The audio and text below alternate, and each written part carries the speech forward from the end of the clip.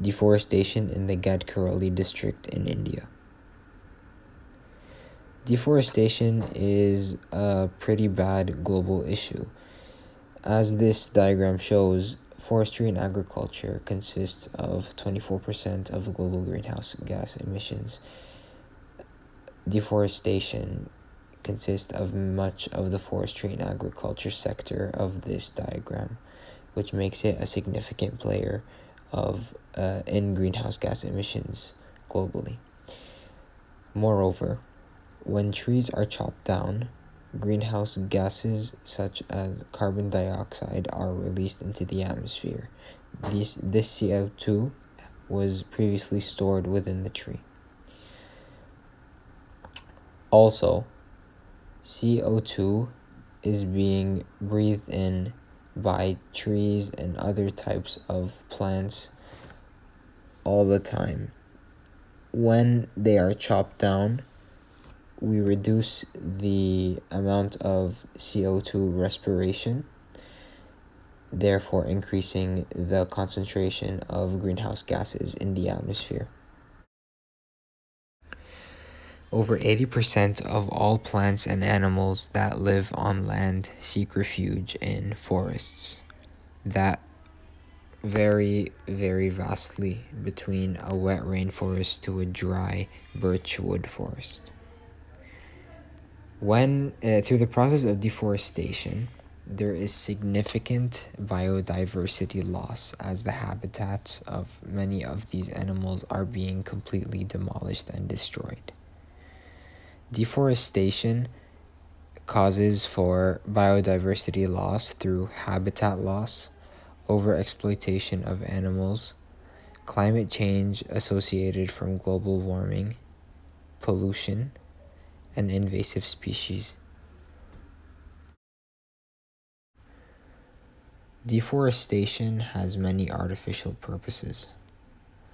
Crops and livestock are one of the main two.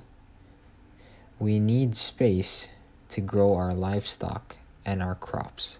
Therefore, through the process of deforestation, we create many open spaces for this activity.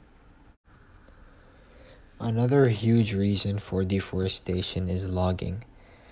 Logging is the activity of cutting down trees for the use of wood, whether it be paper or construction purposes.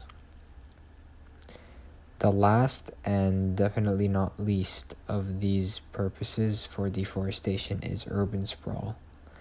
Urban sprawl basically signifies the clearance of space that is occupied by forests, perhaps, to cities and their districts, which include neighborhoods, downtown districts, government districts, commercial districts, and more.